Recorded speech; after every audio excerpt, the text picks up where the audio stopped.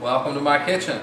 Hey, now I get a lot of questions, I get a lot of emails about simple basic cooking techniques, and today we're going to talk about roasting chicken. It's real simple. It's actually, people are a lot intimidated because it's a big piece of meat, but I'm going to show you exactly what to do today. Now, first thing you got to do, whenever you get, obviously you got to take it out of the pat. You want to rinse it with cold water. Never use hot water because that'll actually start to melt some of the fat underneath the skin, and we're going to need that. Well, once you rinse it, you want to pat it dry with a paper towel. Now I'll explain why we're doing this, because if you don't, we're going to start this in a pan. So if you don't take all the water out of it, it's actually going to start a steaming process, and you're not going to get that nice crispy crust that you're looking for. Now I like to put a little bit of oil on it. You don't have to if you don't want to. I'm using just a little nice canola oil, just something real light, pretty much flavorless. And you just want to rub that in. Now if you notice, I'm only using one hand to do this because we don't want to contaminate our salt and pepper that we're going to season this with.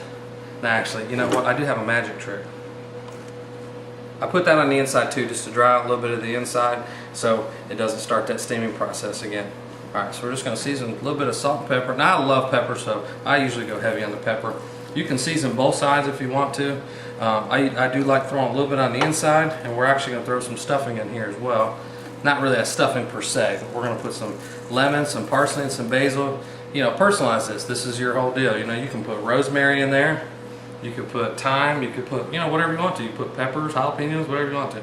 Now that I've got oil and season, I'm going to take an optional step here. I'm going to truss it.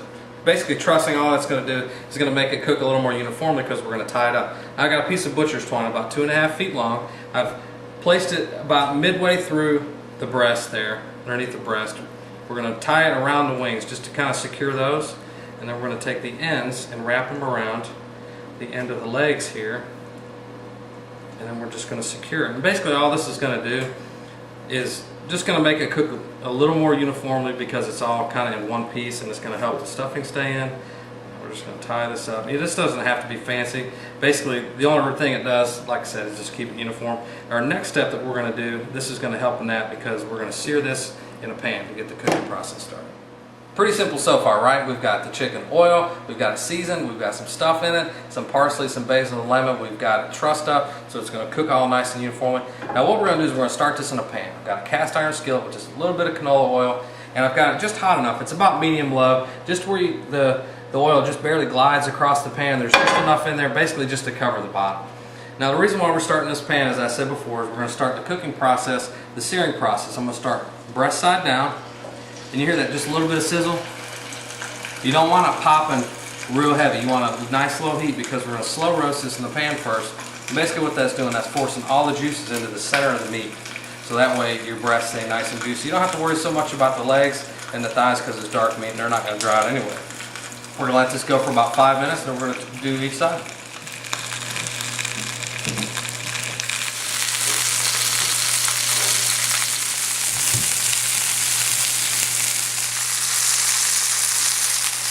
Now our burger's starting to look good. We got the searing process done.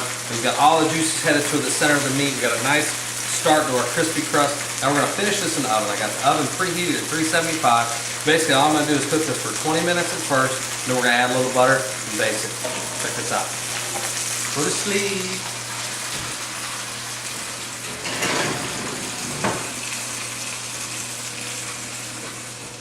Our burger's been roasted for about 20 minutes now. Now what we need to do is we need to add a pat of butter. And what this is going to do, I'm going to just put it right on the top. Now it's going to melt really fast, but I'm just going to put this on the top. And what that's going to do is it's going to melt. It's going to mix with the fat from the chicken. It's going to mix with the lemon juice that's coming out of the lemon that we stuffed in there, and the parsley and basil.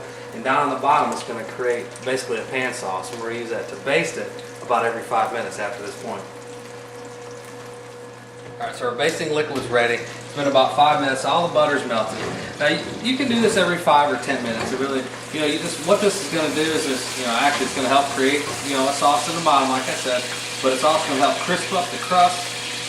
And man, that thing's going to be golden brown when we take it out of the oven.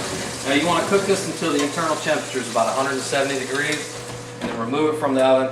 Let it cook up. Let it rest. Let all those juices that were forced to the center, just let them kind of get back where in their natural state and kind of get where they need to be, and we can cut and carve, and we're going to eat.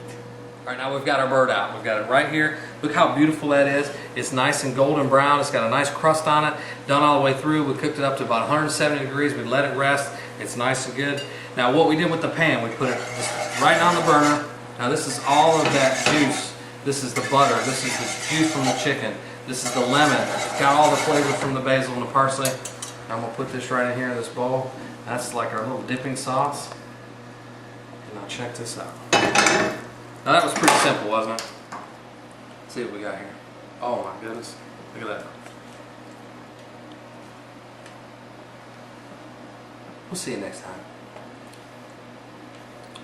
Oh my gosh. And make sure you check out the recipes and news page on Gagliardo'sGrill.com so you can get a bunch of recipes to use all this leftover roasted chicken with. There probably won't be a whole lot left. But just in case there is, check it out.